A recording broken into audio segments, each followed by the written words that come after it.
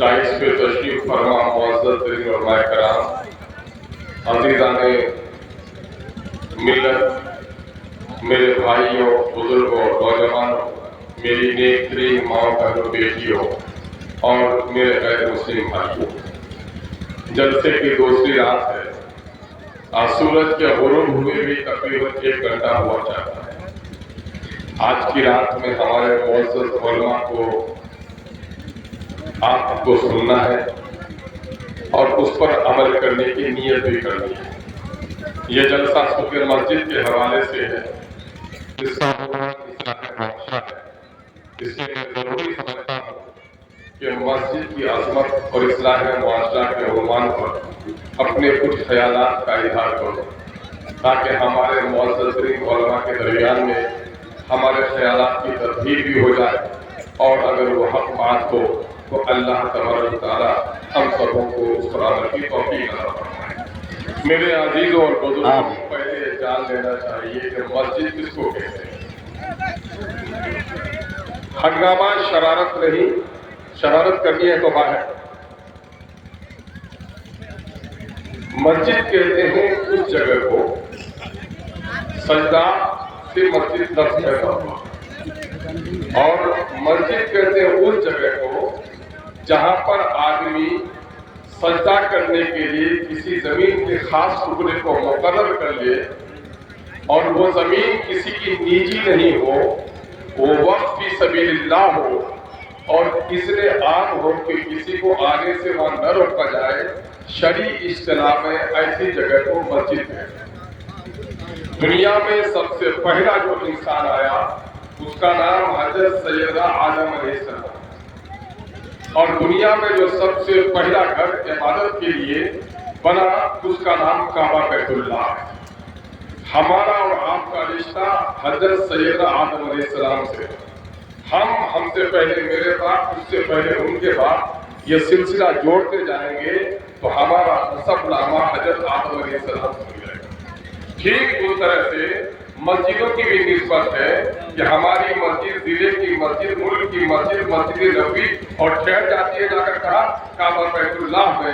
جس طرح ہر انسان کا رشتہ آدم علیہ السلام سے ہے، ہماری مسجدوں کی نسبت کعبہ بیت اللہ سے۔ شریعت اسلامیہ کی تعلیمات کی روشنی میں جس جگہ پر کعبہ بیت اللہ ہے، آسمانی دنیا پر اسی جگہ پر بیت المعمور ہے۔ یہاں انسان خانہ کعبہ کے گرد طواف کرتا ہے اور وہاں فرشتے طواف کرتے ہیں۔ میرے بھائیوں، اللہ نے جتنے نبی بھیجے، جتنے رسول بھیجے، سب پر یہ ذمہ داری تھی کہ اللہ کے پیغام کو اللہ کے بندوں تک پہنچائے۔ اللہ کے پیغام کو اللہ کے بندوں تک پہنچانے کے لیے جس عبادت خانے کو، جس مرکز عبادت کو، جس سینٹر کو قائم کیا گیا اس کا نام مسجد ہے۔ اور مسجد کی تعبیر میں کرتا ہوں، جس طرح انسان کے سینے میں دل ہے، اگر دل دھڑکتا ہے تو انسان زندہ ہے، اور جب دل کی دھڑکن رک جائے تو وہ انسان مردہ ہے۔ ٹھیک اس طرح سمجھ لیجیے کہ جس بستی میں مسجد کا نظام زندہ ہے، ذرا لوگ پہ غور کیجیے گا، مسجد کے مینارے کھڑے ہیں نہیں، مسجد کا نظام زندہ ہے، سمجھ لو وہاں اسلام زندہ ہے۔ اور جہاں مسجد کا نظام زندہ نہیں ہے، سمجھ لو وہاں اسلام کی حالت اچھی نہیں ہے۔ مسجد کیا ہے؟ مسجد کی میں تعبیر کرتا ہوں کہ آپ اپنے بستیوں میں اینٹا چمنی کے دھاگے دیکھ رہے ہو، مٹی کا ڈھیلا ہے، اسے توڑ دو تو دھول بن کر اڑ جائے، اور پانی میں ڈال دو کیچڑ بن کے سڑ جائے۔ لیکن جب اسی مٹی کے ڈھیلے کو گوند کر جب اینٹ بنا لیتے ہو، آگ میں جلا لیتے ہو، تو پھر وہ اینٹ اڑتی ہے کیا دھول بن کر؟ نہیں اڑتی۔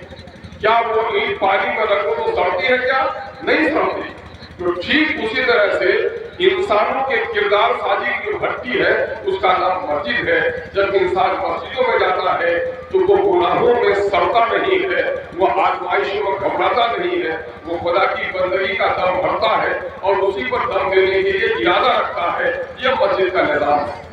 اللہ تبارک تعالیٰ نے تمام تر نبیوں کو جو بھیجا وہ اس لیے بھیجا کہ نبی جائے اور لوگوں کو دین کی راہ، اللہ کی مرضی کی زندگی گزارنے کے طریقے بتائے۔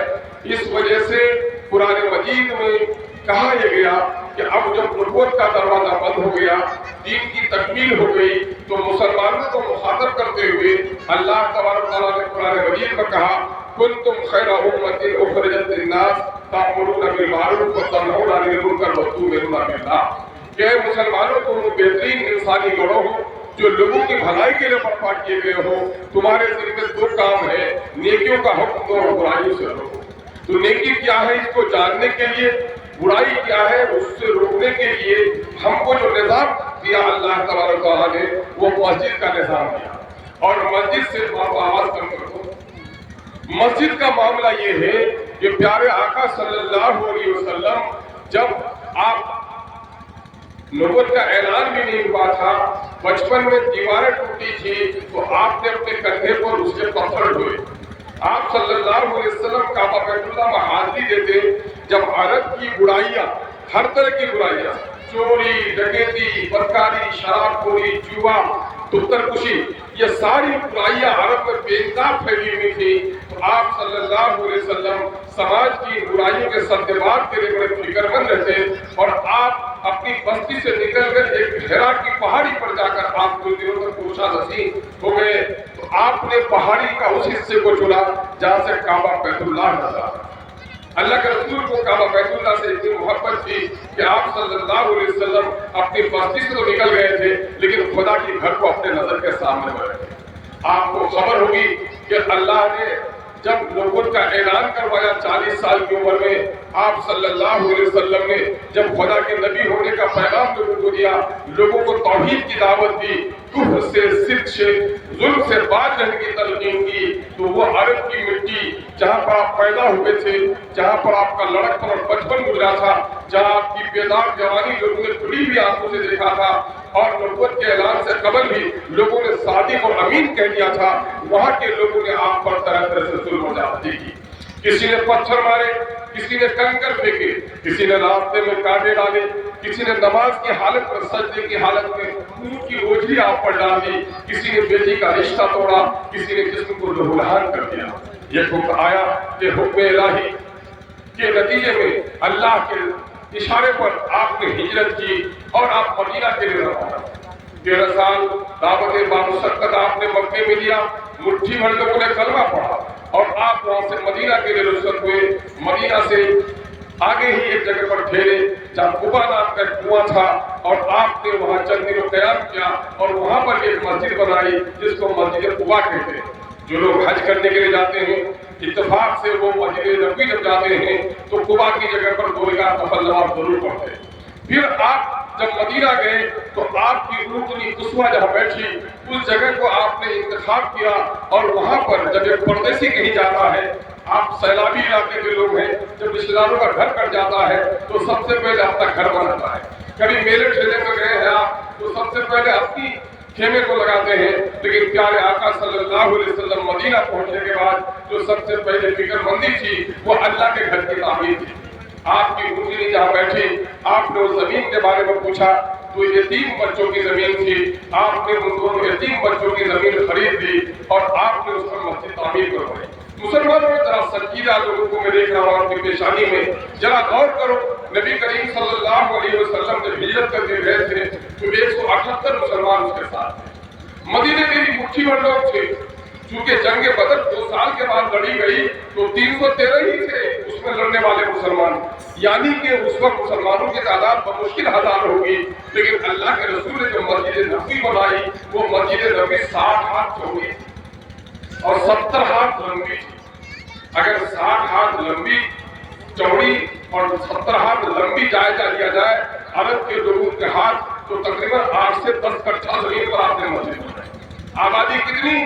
1000 سے کم، اور مسجد 8-10 کٹھے کی، اور ہمارے ہاں آج آبادی 3000، آپ مسجد 1.5 کٹھے کی۔ یہ تصور دیکھو کہ اللہ کے رسول نے اس مسجد نبوی جو بنائی اس پر کیا کیا۔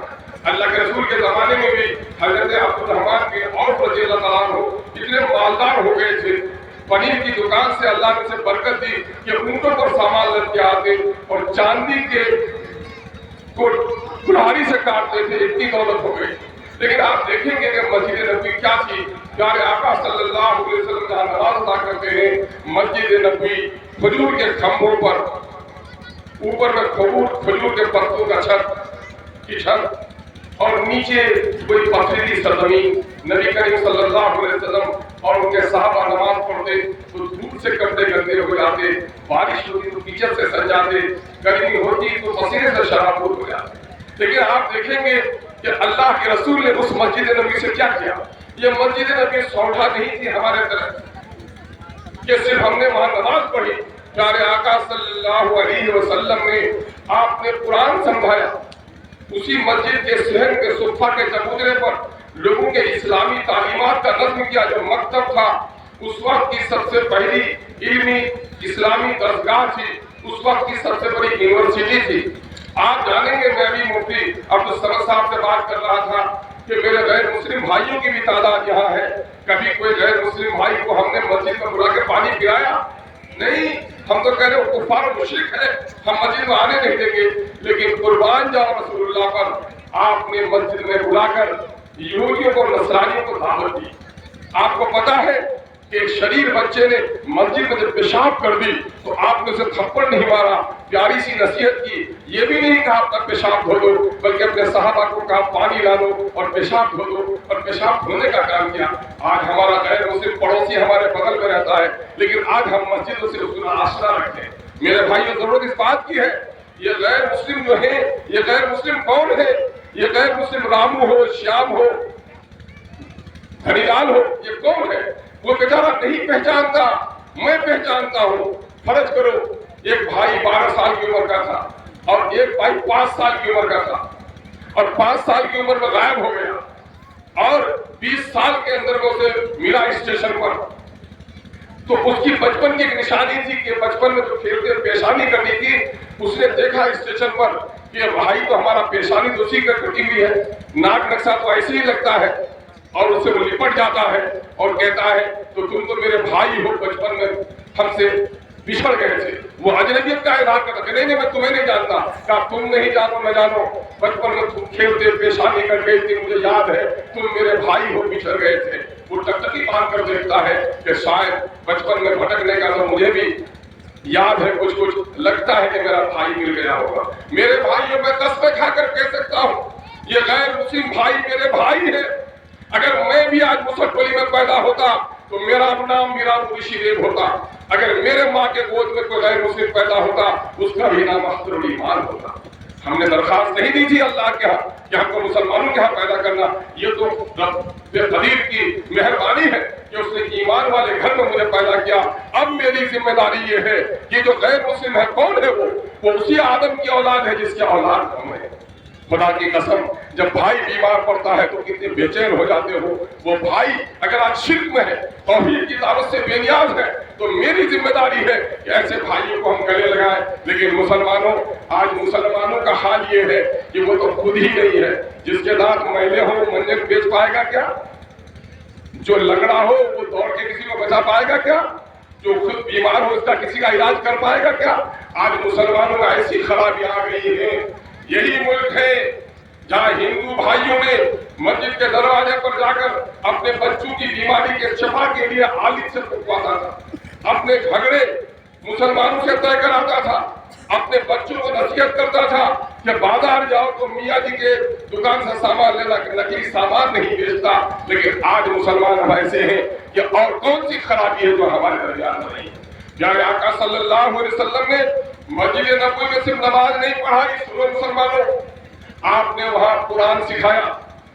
اللہ ایک ہے، اس کائنات کا خالق اور مالک ہے، اس کے ساتھ کوئی شریک نہیں. آپ نے توحید کی دعوت دی. آپ نے لوگوں کو معاملات زندگی کا پاک کیا. آپ نے لوگوں کو سودی لعنت سے نکالا، شراب کی برائیوں سے نکالا، بیٹیوں کو زندہ درکور کرنے والوں کو بیٹیوں کا محافظ بنایا، جوا کھیلنے والوں کو جوا کے غلط کھیل سے بچایا، اور مدینے کے بیشتی سجائی. قرآن میں کہا گیا لقد کان لکم فی رسول اللہ اسوۃ حسنہ. اللہ کے رسول کی ذات میں تمہارے لیے بہترین نمونہ ہے. آپ صلی اللہ علیہ وسلم صرف 6 فٹ اپنی ذات کا نمونہ بن کے نہیں آئے، آپ نمونہ بن کے آئے ہماری زندگی کے تمام تر معاملات کا. اور یہی کر کے دکھایا مدینہ میں آپ نے. مدینہ میں کیا کیا؟ آپ نے مسجد بنائی، مسجد میں جماعت قائم کی، امام کی اطاعت واجب اسلامی شریعت کے مطابق آپ نے مسجد کو تیار کیا، اور پھر مسجد کے لوگوں کو مخاط بتائی، بھائی چارگی، ہمدردی. جب مدینے کی بستی بسنے لگی، آبادی پہلی اسرف نام تھا اس کا، تو آپ سے ساتھ آپ کے پاس کچھ لوگ آئے، بھائی یا رسول اللہ ہم تو مدینہ شہر میں رہتے ہیں، ہم تو اسلام قبول کر چکے ہیں، کچھ لوگ نئے مسلم ہو کر آ رہے ہیں، لیکن پوری مارکیٹ کی منڈی جو ہے یہودیوں کے قبضے میں ہے، یہ یہودی ہمیں ٹھگتے ہیں، سامان غلط دیتے ہیں، یہ ہمارے لوگوں کو وزن کم دیتے ہیں. آپ صلی اللہ علیہ وسلم جہاں مسلمانوں کو جنت کی راہ دکھائی، وہی مسلمانوں کو تجارت کے راستے بھی بتائے، اور آپ نے ایک الگ سے مارکیٹ قائم کیا، اور اس مارکیٹ کا جو نظام قائم کیا مسلمانوں سننے کے لائق ہے. آپ صلی اللہ علیہ وسلم نے فرمان جاری کیا کہ دیکھو سامان جب آج سے 20 سال 25 سال پہلے جب موبائل نہیں تھا، پٹوا کی قیمت بڑھ جاتی تھی تو روٹا ہاٹ میں بیچنے جاتے تھے تو اس سے پہلے ہی یا گروا چوک پر بیٹھ کے رہتا تھا، اگر بھاؤ بڑھ گیا تو سلمان کو کاٹا لٹک جاتا تھا تاکہ اس کو بازار کی قیمت معلوم نہیں ہو پائے. اللہ کے رسول نے کہا خبردار، راستے میں جا کر سامان بیچنے والے کو بازار کے قیمت سے کوئی بے خبر نہیں رکھے گا، بازار میں سامان آئے گا تب بیچا جائے گا. آپ نے کہا خبردار، اپنے گراہک کو کوئی دھوکہ نہیں دے گا. آپ بازار میں گئے اور ہاتھ گھسایا غلے کے پوڑی میں، دیکھا کہ نیچے چھوٹے دانے ہیں، اوپر بڑی گٹلیاں ہیں کھجور کی، نیچے بھیگا ہوا جو ہے اوپر سوکھا ہے. آپ نے ہدایت کی کہ اپنے خریدار کو دھوکہ مت دو، جو خریدار کو دھوکہ دے وہ ہم میں سے نہیں ہے. سنو ذرا سا آپ نے کیا، آپ نے کہا کہ دیکھو جو پہلے آئے گا وہ دکان لگائے گا. سماج کے کچھ چودھری لوگ تھے، جا کر کے دکان لگایا روڈ پر اور خیمہ لگا دیا. رسول اللہ کو خبر ہوئی کہ اللہ کے رسول آپ نے تو کہا تھا جو پہلے آئے گا دکان لگائے گا، لیکن گاؤں کے بڑے بڑا لوگ طاقتور لوگ اپنا خیمہ لگا دیے ہیں. رسول اللہ نے کہا جاؤ اس کے خیمے میں آگ لگا دو. غریب اور کمزور کاروباریوں کی اللہ کے رسول نے اس طرح ہمت افزائی کی. آپ نے کیا کہ دیکھو مدینے کی جو سڑک ہوگی، سڑک اتنی چوڑی ہوگی کہ 2 اونٹ سامان پر لد کر جائے تو ایک اونٹ کا سامان دوسرے اونٹ سے نہ ٹکرائے. گویا آج سے پہلے 1400 سال پہلے 30-35 فیٹ سڑک چوڑائی کے بارے میں اللہ کے رسول نے ہدایت کی. اللہ کے رسول نے کہا دیکھو مدینہ کے لوگوں جب گھر بناتے ہو، ایک گھر سے دوسرے گھر کی دوری اتنی ہو کہ شوہر بیوی گفتگو کرے، باپ بیٹا مشورہ کرے، اس کی سرگوشی تمہارے کاموں میں نہ آئے. گھروں سے گھروں کی دوری اتنی رکھو. مسلمانوں آج بتاؤ سڑک چوڑی ہے ہمارے ہاں، سروے کی سڑک ہے 35 کڑی، اور اس پار حاجی صاحب کی کیالی ہے، اس پار صوفی صاحب کی کیالی ہے، اور وہاں ہو گئی 15 کڑی. یہ کاٹ کے سڑک کو چھوٹی ہم نے کر دی. ہم نے گھر بنایا تو سڑک پر بنا دیا. حد تو ظلم تو یہ کیا کہ جس خدا کے گھر سے عدل کی بات اٹھی ہے اس مسجد کی دیوار بھی آپ نے سڑک پر کھڑی کر دی. مسجد پر اگر آپ نے پکے کا مکان دیا اور آپ نے اس کی چھجی بڑھا دی، چاند رات میں بچہ پیشاب کیا آپ کا، صبح جمعہ کو پڑھنے جا رہا ہے، اس چھجی کا پانی اس نمازی پر گر رہا ہے. نمازی کی تو نماز ہو جائے گی، لیکن اس کے ناپاکی کا عذاب اس شخص پر جائے گا جس نے خدا کی زمین کو اس نے تنگ کرنے کا کام کیا. کیا لوگوں یہ سچ نہیں ہے؟ اس غریب کے گھر کے سامنے میں کسی امیر آدمی کی بانس کی جھاڑی ہے، آم کا درخت ہے، سورج کی کرنوں پر کسی کا قبضہ نہیں، چاند کی چمک پر کسی کا قبضہ نہیں، بہنے والی ہوا پر کسی کا قبضہ نہیں، لیکن کسی غریب کے آنگن میں امیر کے درخت کی ٹہنی آ گئی ہے، بانس کی جھاڑی آ گئی ہے، 3 کٹھا کھیت کی فصل نہیں ہو رہی ہے، لیکن کہتے ہیں ہم اپنے آگ میں اٹھائے ہیں. دیکھو جس کی جتنی زمین ہے اس کا آسمان بھی ہے، اور قانون یہی ہے کہ جب باغ بغیچے لگانے ہیں اس کے سائے سے کسی کی کھیتی برباد نہیں ہو، کسی کے آنگن کو دھوپ سے محروم نہ رکھا جائے. لیکن مسلمان آج ایسا ہے کیا؟ آج ایسا ہمارے یہاں نہیں ہے. تو مسجدوں میں جانے سے صرف نہیں ہوگا، مسجد کا نظام میں نے کہا آج مسجد کے مینارے بلند ہو گئے. رسول اللہ کی مسجد میں سنگ مرمر کے پتھر نہیں تھے، رسول اللہ کی مسجد میں یہ لاؤڈ اسپیکر ٹنڈن کی آواز والی نہیں تھی، لیکن رسول اللہ کی مسجد میں منہ سے اذان دی جاتی تھی اور بھیڑ لگ جاتی تھی. اور آج اذان دیتے ہو 3 کلومیٹر دور تک جاتی ہے اور آنگن والا بھی مسجد کے لیے نہیں آتا. نماز کے بغیر کوئی مسلمان سمجھا نہیں جاتا تھا. رسول اللہ کے زمانے میں منافق بھی کسکساتے ہوئے آتا تھا نماز پڑھنے کے لیے، لیکن آج باپ نمازی ہے، بیٹا بے نمازی ہے. ابھی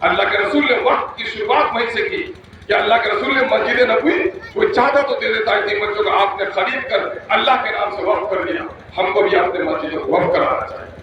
دوسرا جو عنوان ہے اصلاح معاشرہ، معاشرہ کس کو کہتے ہیں؟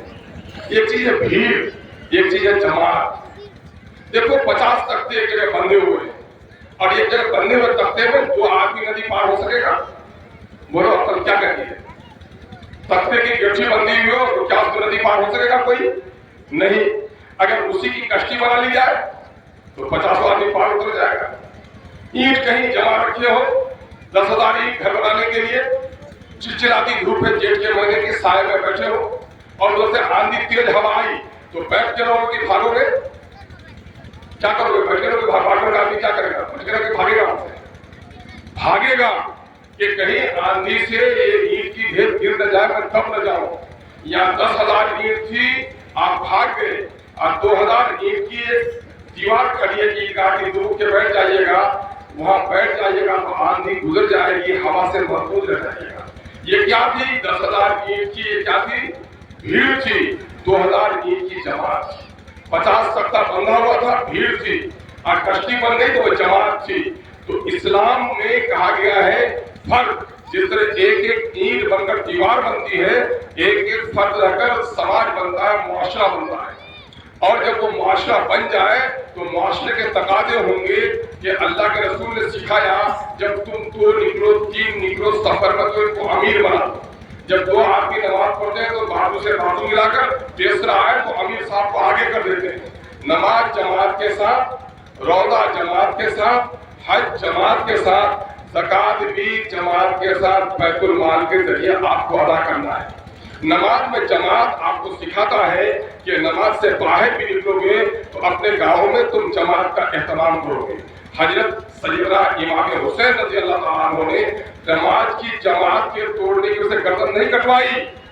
پیارے آقا صلی اللہ علیہ وسلم نے مسلمانوں کی جو جماعت بنائی تھی، جو خلفائے راشدین کے سلسلے کو آگے بڑھا رہے تھے، اسی خلافت کو جب توڑنے کی کوشش کی یزید نے اور یزید کے کارندوں نے، تو اللہ کے رسول کے نواسے نے گردن کٹوا دی کہ جماعت ٹوٹ جائے گی تو اسلام ٹوٹ جائے گا۔ آج وہ جماعت کیا ہے؟ آج اسی جماعت مسجد میں جماعت ہے، لیکن افسوس کہ کورونا کے دنوں میں حکمتاً کہیں گئی جمعہ کی نماز قائم کی گئی تو لوگوں نے 5 وقتہ مسجد میں بھی جمعہ کی نماز قائم کر دی۔ مسلمانوں سن لو، اللہ جماعتوں کی تعداد کو دیکھ کر خوش ہوتا ہے۔ آج آپ کے ہاں اپنے علماء سے پوچھ لو کہ جمعہ کی نماز مرکزی مقام پر اتنی دوری پر ہو کہ آگے مغرب کی نماز پڑھ سکتے ہو، وہاں جاؤ جمعہ کی نماز پڑھنے۔ جمعہ کی نماز میں جو خطبہ دے گا امام، وہ سماجی مسائل اور اسلام کے احکام بتائے گا، لیکن آج مسجد دروازے کی شان ہو گئی ہے۔ اصلاح معاشرہ کا مطلب ہوا کہ معاشرے کی سدھار کرنی ہے، تو پہلے معلوم کرنا ہوگا کہ بگاڑ کیا ہے۔ ایک میں بات آپ سے پوچھتا ہوں، عقل سے سنو ذرا نوجوان۔ کسی کے دروازے پر اگر اینٹ رکھی ہوئی ہو، سیمنٹ ہو، بالو ہو، لوہے کا چھڑ ہو، تو آپ کیا کہیں گے؟ اس کی اصلاح کرنی ہوگی یا تعمیر کرنی ہوگی؟ عقل یہی کہتی ہے کہ سارا سامان مکان بنانے کا موجود ہے، اس کی تعمیر ہوگی۔ جب گھر تعمیر ہو جائے اور چھت ٹپکنے لگے، دیوار ٹوٹنے لگے، کھڑکی گرنے لگے، تو آپ کہیں گے اس کی مرمت کرنی ہوگی۔ اصلاح کے معنی ہے مرمت کرنے کی۔ تو آج اسلام کے نقطۂ نظر سے اسلام جس معاشرے کو معاشرہ کہتا ہے، وہ معاشرہ ہمارے درمیان نہیں ہے۔ اسلامی معاشرہ کیا ہے؟ اسلامی معاشرہ ہے اطیعوا اللہ و اطیعوا الرسول و اولی الامر منکم فإن تنازعتم فی شیء فردوہ الی اللہ والرسول۔ کیا ہے کہ تم اطاعت کرو اللہ کی، اطاعت کرو اللہ کے رسول کی، اور اس کی اطاعت کرو جو تمہارا امیر ہو۔ آج بتائیے، گویا امیر کی اطاعت کرنا ہم پر واجب ہے قرآن و سنت کی روشنی میں اگر وہ فیصلے کرتا ہے۔ ہماری مسجد میں کوئی امیر ہے؟ امیر ہے وہ تبلیغی جماعت کا امیر ہے۔ اگر بیٹا نے ماں کو مارا، اس جھگڑے کو طے کرنے کے لیے کوئی امیر ہے؟ نہیں ہے۔ پڑوسی کا کسی نے فصل چڑھا دیا، اس کے انصاف کے لیے کوئی امیر ہے؟ بہن کو ترکے میں حصہ نہیں دے رہا ہے، اس کے لیے کوئی امیر ہے؟ آنگن باڑی میں صحیح سمے پر بچوں کو خوراک نہیں ملتا، اس کا کوئی امیر ہے؟ اسکول میں پڑھائی نہیں ہوتی، ٹوکنے والا کوئی امیر ہے؟ سماج میں کسی کی بیٹی کو جہیز کے لیے کوئی تڑپا رہا ہے، اس کو روکنے کے لیے کوئی امیر ہے؟ نہیں ہے امیر۔ ایک بات سن لیجئے، نماز کی جماعت میں جو امیر ہے وہ امامت ہے، لیکن اس سے بڑی امامت کبریٰ انسانی سماجی معاملات کے لیے امیر چننا ہے۔ اگر اصلاح معاشرہ کرنا چاہتے ہیں تو اصلاح معاشرہ کے لیے سماج کو اسلامی خطوط پر تشکیل دینا پڑے گا، ورنہ خدا کی آپ پرسش ہوگی کہ تم نے جانوروں کی طرح زندگی گزاری۔ آج سماج میں برائیاں اس لیے اندر آ رہی ہیں کہ برائیوں کو کوئی روکنے والا نہیں ہے۔ نماز پڑھنے کے لیے کہا جائے، روزہ رکھنے کے لیے کہا جائے، یہ تو ہم کہہ دیتے ہیں، جماعتی بھائی جاتے ہیں گھر گھر، یہ بڑا اللہ والے بڑا کام کر رہے ہیں، لیکن ہمارے یہاں یہ کرو ہو کہ فضیلت حسین تم نے بن مترکہ میں حصہ کیوں نہیں دیا؟ تم ماں کو تڑپا کیوں رہے ہو؟ اس لڑکی کو جہیز کے لیے تم ستا کیوں رہے ہو؟ تم نے سڑک پر ٹاٹی کیوں لگا دی؟ اس کو کہنے کے لیے کوئی ہے ہمارے ہاں؟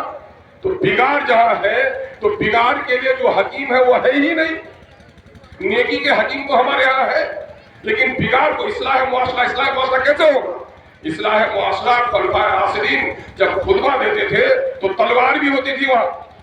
کیا اس کا مطلب کیا کہ جو کچھ میں کہہ رہا ہوں یہ دعوت ہے، سنو سمجھو عمل کرو، اگر نہیں مانو گے تو میرے پاس طاقت بھی ہے، طاقت سے تم کو منوائیں گے۔ نبی کریم صلی اللہ علیہ وسلم نے جو دعوت دین دی، 13 سال تک مکے میں رو رو کر دعوت دی آپ صلی اللہ علیہ وسلم نے، مٹھی بھر لوگوں نے کلمہ پڑھا، لیکن جب مدینہ چلے گئے تو مدینہ میں آپ نے ایک مضبوط جماعت تشکیل دی۔ 2 سال کے اندر میں جنگ بدر کو فتح کیا، اور 8 سال کے اندر میں جس مکہ سے آپ کو لوگوں نے بھگا دیا تھا اس مکہ کو آپ نے فتح کیا۔ طاقت کس میں ہے؟ طاقت جماعت میں ہے۔ یہی وجہ ہے کہ حضرت سیدنا عمر فاروق رضی اللہ عنہ جس کی ذہانت علمی کے بارے میں، جس کی دورندشی کے بارے میں، جس کے تفقہ فی الدین کے بارے میں اللہ کے رسول کہتے تھے اے عمر اگر دروازہ نبوت کا کھلا رہتا تو عمر نبی ہوتے۔ حضرت سیدنا عمر فاروق کا قول ہے اسلام بغیر جماعت کے نہیں۔ کیا ہے اسلام بغیر؟ یہ عیدین کی جماعت نہیں، صرف یہ مسجد کی جماعت نہیں، جماعت تو وہ بھی ہے، لیکن سماج میں بھی جماعت ہونی چاہیے۔ اسلام بغیر جماعت کے نہیں، جماعت بغیر امامت کے نہیں، اور امامت بغیر اطاعت کے نہیں۔ لوگوں آج سرپنچ چنتے ہو، پنچایتی میں صحیح بات بولنے کی ہمت کرتا ہے؟ ہر کوئی دیکھتا ہے کہ نفع ہوگا کہ نقصان ہوگا، ووٹ خراب ہوگا، اگلا الیکشن میں کیا اثر پڑے گا۔ ان لوگوں سے انصاف کی توقع مت کرو۔ قرآن کہتا ہے وَمَن لَّمْ يَحْكُم بِمَا أَنزَلَ اللَّهُ فَأُولَٰئِكَ هُمُ الْكَافِرُونَ۔ جو لوگ اللہ کی اتاری ہوئی آیتوں کے مطابق فیصلے نہ کریں، ایسے ہی لوگ کافر ہیں، ایسے ہی لوگ فاسق ہیں، ایسے ہی ظالم ہیں۔ یہ منصف بن جائیں گے، عدالت کے حاکم بن جائیں گے تو فیصلے کریں گے نہیں۔ شوہر ہو تو بیوی کے لیے فیصلہ کرنا ہے، باپ ہو تو بیٹی کے لیے فیصلہ کرنا ہے، خاندان کے بڑے ہو تو خاندان کے لیے فیصلہ کرنا ہے۔ آپ کو صحیح خطوط پر سماج کو لے جانا ہے۔ اسلام اسی لیے آیا، مسجد کا نظام یہی ہے، اصلاح معاشرے کا پیغام یہی ہے۔ آئیے ہم اور آگے طے کریں کہ ہم ہر بات کہیں گے، لیکن پنچایتی میں آج ہم جاتے ہیں، لڑائی کرتے ہوئے ہم نے لوگوں کو دیکھا ہے، جب گواہی دینے کی نوبت آتی ہے تو گواہی دینے سے ہم کتراتے ہیں، سمجھتے ہیں کہ میرا کاہے دشمن ہو جائے گا۔ آج ہمارے یہاں بہت سارے جھگڑے ہو رہے ہیں۔ زمین کا جھگڑا ہے کہ نہیں؟ دادا سے خرید لیا تھا، باپ سے رجسٹری کر لیا تھا، بیٹا ہل جوتنے جا رہا ہے، دادا سے رجسٹری کر لیا تھا، اس کا پوتا زمین پر قبضہ کرنے جا رہا ہے۔ اس کی وجہ کیا ہے میرے بزرگوں؟ اس کی وجہ ہے کہ قرآن و سنت سے ہم نے رشتہ توڑ لیا ہے۔ اللہ کے رسول جو حج کیا، آپ نے ایک ہی بار حج کیا، اور عرفات کے ٹیلے پر آپ نے کھڑے ہو کر خطبہ دیا۔ اس خطبے میں آپ نے نصیحت کی اور وصیت کی کہ لوگوں میں تمہارے درمیان 2 چیزیں چھوڑے جا رہا ہوں، تم اسے مضبوطی سے پکڑ لینا، اگر تم اسے مضبوطی سے نہیں پکڑو گے تو گمراہ ہو جاؤ گے۔ اللہ کی کتاب اور اپنی سنت۔ آج قرآن مجید اللہ کی کتاب ہے، اور اس قرآن پر عمل کرنے کا طریقہ وہ سنت رسول ہے۔ کیا ہم کو قرآن کے بارے میں علم ہے؟ نہیں۔ شہبازہ سمجھنے کے لیے منشی کے پاس گئے پیسہ دے کر، ڈاکٹر کا کاغذ سمجھنے کے لیے بڑے ڈاکٹر کے پاس گئے، مقدمے کا کاغذ سمجھنے کے لیے وکیل کے پاس گئے۔ اس سب پہ بیٹھے ہوئے مسلمان بھائیوں، کوئی ایک تو بتاؤ کہ قرآن سمجھنے کے لیے کوئی مولوی صاحب کے پاس گئے؟ نہیں گئے۔ اس کے معنی یہ ہے کہ قرآن کو ہم نے منتر کی کتاب سمجھا ہے۔ حضرت عمر فاروق جب اسلام نہیں لائے تھے، پرانے باپ دادا کے دین پر قائم تھے، رسول اللہ نے جب توحید کی دعوت دی تو قریش کو کہا کہ کوئی نوجوان نہیں ہے سربراہ عبداللہ کے بیٹے کا کام تمام کرے۔ عمر نے کہا اچھا میں چلتا ہوں، عمر قتل کے ارادے سے نکلا نبی کی، لیکن جب اپنے بہن مہنوی کے گھر گیا وہ عمر قرآن کی آیتیں سنی تو حضرت عمر کی دنیا بدل گئی. جو قتل کے ارادے سے نکلا تھا نبی کے قدموں میں جا کر اس کا غلام بن گیا. میرے بھائی ایک بات بھی کہتا ہوں گاؤں کے لوگ ہو سمجھانے کے لیے، آج سے 105 سال پہلے سن 1919 میں مولانا ابوالکلام آزاد علیہ الرحمہ کو انگریزوں نے رانچی میں نظر بند کر دیا تھا. نظر بندی میں مولانا وہی نماز پڑھتے تھے، محلے کے لوگوں سے جان پہچان تھی. ایک دن ایک شخص لمبا چوڑا گورا چٹا آیا جو وہاں کا مقام ہی نہیں لگ رہا تھا، مولانا کو سلام کیا. مولانا نے پوچھا بھائی تم کون ہو؟ کہا میں پشاور کا رہنے والا ہوں. تو کہا یہاں کہاں آئے ہو؟ کہا مولانا میں آپ سے ملنے آیا ہوں. کہا مجھ سے ملنے آئے؟ اتنی دور سے کیسے آئے؟ بولا مولانا وہاں سے آگرہ ٹرین پر آئے، وہاں سے پیدل آئے، وہاں سے ایسے آئے، وہاں سے ویسے آئے. کہا بڑی تکلیف تم نے اٹھائی، کیوں آئے میرے پاس؟ کیا جملہ تھا بزرگوں سنو. یہ نہیں کہ مجھے انجینئر بنا دیجیے، ڈاکٹر بنا دیجیے، مجھ کو MP بنا دیجیے. کیا کہا؟ مولانا میں نے آپ کا پرچہ پڑھا ہے، آپ قرآن بہت اچھے انداز میں سمجھاتے ہیں، میں آپ سے قرآن سمجھتا ہوں. میرے بھائی اس وقت کا پشاور آج سے 100 سال پہلے کا پشاور، اور وہاں سے اکثر قرآن سمجھنے کے لیے ہزاروں کلومیٹر دور آتا ہے. لیکن آج تو ہر بستی میں اللہ کا شکر ہے کہ مولانا آزاد ہے. اے کاش کہ ہم یہ قرآن سمجھنے والے ہو جائیں. آئیے ہم عہد کریں کہ ہماری ساری یہ قرآن کیا ہے؟ قرآن کا عنوان انسان ہے. وہ انسان کی دنیاوی اور اخروی زندگی پر بحث کرتا ہے. دنیا کی بھلائی اور دنیا کے خسران سے، آخرت کی بھلائی اور آخرت کے نقصان سے یہ کتاب آگاہ کرتی ہے. اور اس کتاب پر چل کر دکھا دیا رسول اللہ نے. یہ کتاب صرف منطق کے لیے نہیں ہے بلکہ کتاب عمل کے لیے ہے. اما عائشہ سے لوگوں نے پوچھا کہ رسول اللہ کے معمولات زندگی کیسے؟ اما عائشہ نے کہا تم نے قرآن نہیں پڑھا، جو قرآن میں لکھا ہے نبی اس کا چلتا پھرتا نمونہ تھے. آج آئیے ہم قرآن کو پڑھتے ہیں لیکن قرآن کو سمجھنے کی کوشش نہیں کرتے. بزرگوں نے کہا قرآن کے 4 بنیادی فریضے ہیں. قرآن کو پڑھو، قرآن کو سمجھو، قرآن کے پر عمل کرو، اور قرآن کی دعوت کو بلغوا انی ولو آیا، ایک ہی بات تم ہو تو اس پر پہنچاؤ. میرے بھائی یہ غیر مسلمات دوستی ہے، لین دین ہے. کبھی ہم نے اس سے کہا ہم کو تو دعوت دینے کا بھی طریقہ نہیں ہے. کبھی ہم نے سکھایا کہ دیکھو میں ایک ہی خدا کو پوچھتا ہوں، میرے ہاں بھی بچے ہیں، میں بھی بیمار پڑتا ہوں، شفا پاتا ہوں. ہم نے آج تک نہیں بتایا ہوں. ہم پر بڑا فریضہ ہے. آئیے ہم اور آپ عہد کریں. یہ جلسہ کیا ہے؟ یہ جلسہ دین نہیں ہے، یہ دین کا رکن نہیں ہے، یہ دین سمجھنے کا طریقہ ہے، دین سمجھنے کا ذریعہ ہے. ہاسپٹل آپ جائیے گا، ہاسپٹل میں صحت نہیں بکتی. ہاسپٹل میں ڈاکٹر دوائی لکھتا ہے، یہ کھانا یہ مت کھانا. اگر اس پر عمل کیجیے گا تو صحت یاب ہوئیے گا، ورنہ ہر دن ہاسپٹل جائیے گا آئیے گا تو صحت یاب نہیں ہوئے گا. ڈاکٹر امریکہ کا آ جائے دوائی لکھ دے، اگر نہیں کھائے گا تو ٹھیک ہوگا کیا؟ نہیں ہوگا ٹھیک. یہاں ایک سے ایک عالم آتے ہیں، ان کے ذمہ کہنا ہے، ہمارے ذمہ عمل کرنا ہے. لیکن ہم سمجھتے ہیں کہ جلسہ کر کے ہم نے بڑا کام کر لیا. جلسہ کرنے سے نہیں ہوگا میرے بھائیوں، جلسہ پر عمل ہی کرنا. ہم نے کئی جگہ میڈیکل وہ لگوائے، کیمپ لگوائے. لوگوں نے گواہی دی کہ میرے صاحب 6 سال 7 سال کا پٹا کا واپس بیمار وہ ٹھیک ہو گیا.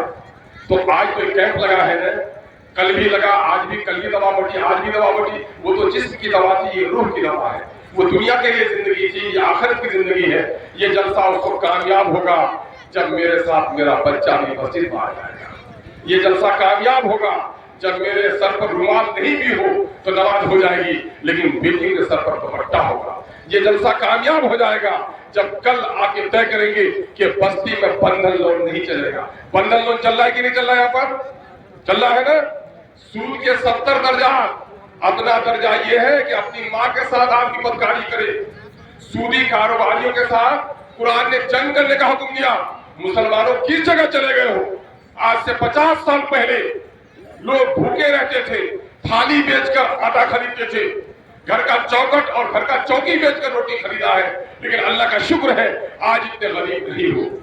ایک آدمی ہے اگر حالت اضطرار میں ہے وہ حرام بھی کھا سکتا ہے، لیکن حالت اضطرار میں نہیں ہے تو اس کو حلال رزق کے اوپر واجب ہے. میرے بھائی آج ایسی غربت نہیں کہ سودی کاروبار ملوث ہو جائے. ذرا شرم تو کرو، غیرت کرو نوجوانوں. ایک اجنبی شخص آتا ہے، اس کا دین اور ایمان کیا ہے نہ جانے، تمہاری بہن اور بیٹیوں کے ساتھ مل کر بیٹھتا ہے، اس کی انگلیاں پکڑتا ہے، دستخط کراتا ہے اور کئی جگہ بیٹیوں کو لے کر فرار ہو گیا. یہ کیوں ہو رہا ہے؟